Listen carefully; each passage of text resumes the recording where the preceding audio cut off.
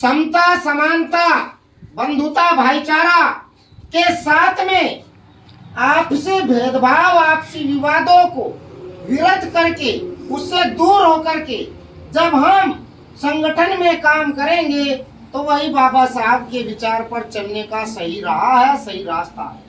यदि हम उस पर न चल करके आपस में ही अपने लोगों के मध्य, आपस में ही अपने सैनिक सैनिकाओं के मध्य या अपने समाज के मध्य आपसी भेदभाव करते हैं तो फिर वो मनुवाद की निशानी है। लोग कहते हैं जाति वादक है, जाति सूचक है, भेदभाव भरा है। जहाँ भेदभाव है वो जातिवादी भी है, जहाँ भेदभाव है वो मनुवादी भी है। और जो भेदभाव रखता है वो कभी भी किसी समाज को फायदा नहीं पहुंचा सकता। वो संगठन में काम कर सकता है, एक अलग बात है, लेकिन संगठन के उद्देश्य को कभी भी पूरा नहीं कर सकता। इसलिए मैं आप समस्त साथियों से इस मंडल की कैडर बैठक में आप लोगों ने बड़े महत्वपूर्ण पलों में, जहां प्रदेश का कार्यालय का निर्माण चल रहा है, प्रदेश का कार्यालय 15 अगस्त को 1 वर्ष पूरा हो गया। 1 वर्ष के अंदर हमने 4 मंजिला इमारत खड़ी करके आपको समता भवन प्रदेश का कार्यालय राजधानी लखनऊ में निर्मित किया।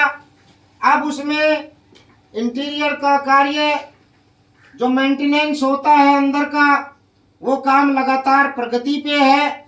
मैं उस काम को रोक करके, अवरुद्ध करके, क्योंकि एक सप्ताह में एक अवकाश मिलता है, उस अवकाश में भी यदि हमने कार्यालय पे ध्यान न दे करके इधर उधर हम कार्यक्रमों में लगे रहे तो कहीं ना कहीं जो वो इतिहास खड़ा हो रहा है, जो भवन खड़ा हो रहा है, उसकी कारीगरी में, उसकी निर्माण में कहीं ना कहीं कमी आ सकती है।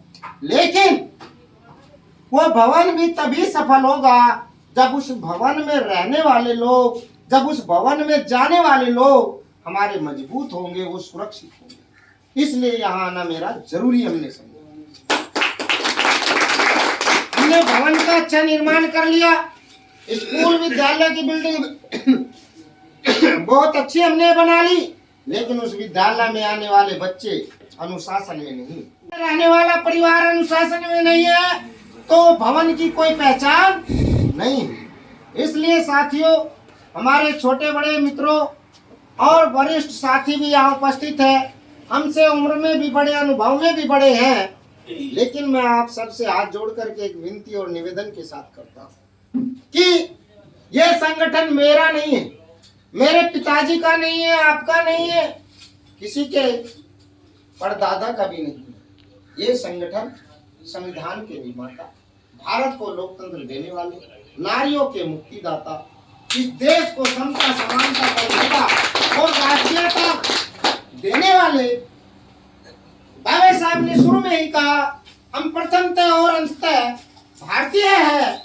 तो इस देश को एक अलग पहचान देने वाले, संवैधानिक पहचान देने वाले बाबा साहब डॉक्टर भीमराव अंबेडकर जी द्वारा स्थापित समता सैनिक दल को यदि हम संचालित नहीं कर सकते तो फिर हम बाबा साहब के फॉलोवर नहीं हो सकते। हम तमाम साथियों से कहता हूं, जो लोग तमाम प्रकार के संगठनों में काम करते हैं, संगठन बनाया है अच्छी बात है, वो बना रहे, उसमें आप काम करते रहे, लेकिन जब तक आपको पता नहीं तो एक अलग बात हो जाती है, अनजाना हो जाता है। लेकिन जब हमें ये पता चल जाता है कि ये भवन मेरे पिताजी ने बनाया है, तो आप उसके मालिक हो जाते हैं, हो जाते हैं कि नहीं हो जाते?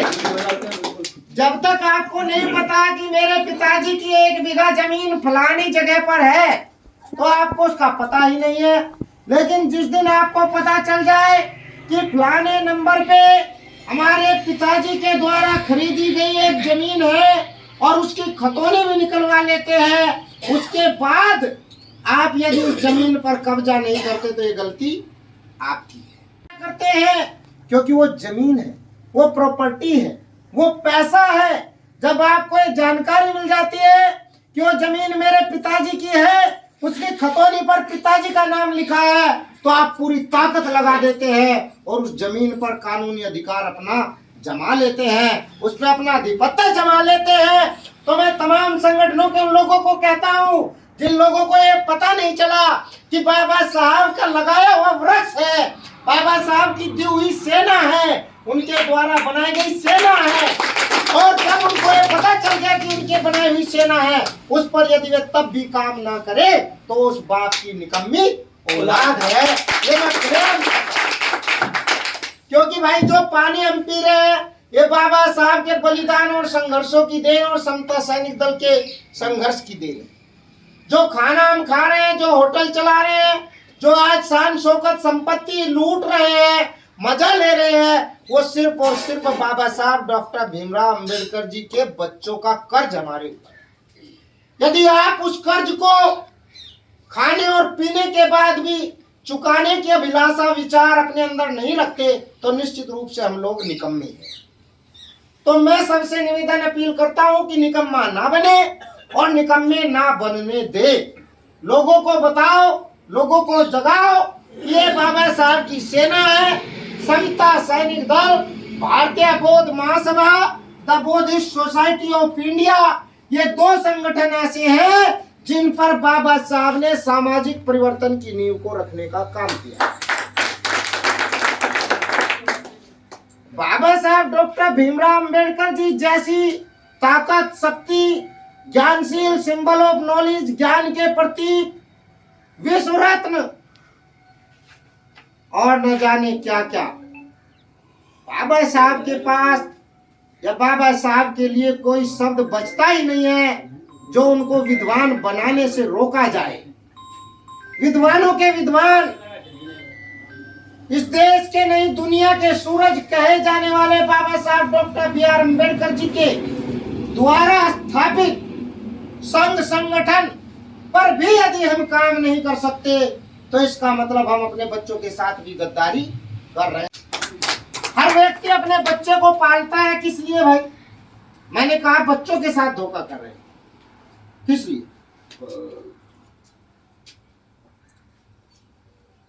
परिवार इसलिए बनाया जाता है कि आने वाले भविष्य में, आने वाले समय में ये परिवार मेरे विचारों की सुरक्षा करेगा, मैं जो स्थापित कर रहा हूं उसको चलाने का काम करेगा। किसी के घर में पुत्री जन्म लेती है, पुत्र नहीं लेता, तो उस परिवार की एक अभिलाषा सी रहती है कि बेटा हो जाएगा तो मेरे नाम को आगे चलाएगा। लेकिन बेटे तो बहुत निकम्मे होते हैं, बेटे तो बहुत निकम्मे होते हैं। वो नाम पिता का नहीं चलाते, वो सिर्फ अपना नाम चलाते हैं। दूसरी पीढ़ी के बाद उस पिता का नाम खत्म हो जाता है।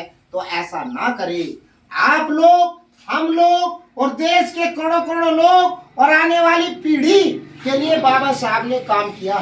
उस आने वाली पीढ़ी को भी वो लाभ मिले जो लाभ मुझे मिल रहा है। कब मिलेगा? जब हम उसके लिए काम करेंगे, जब हम उसकी सुरक्षा करेंगे।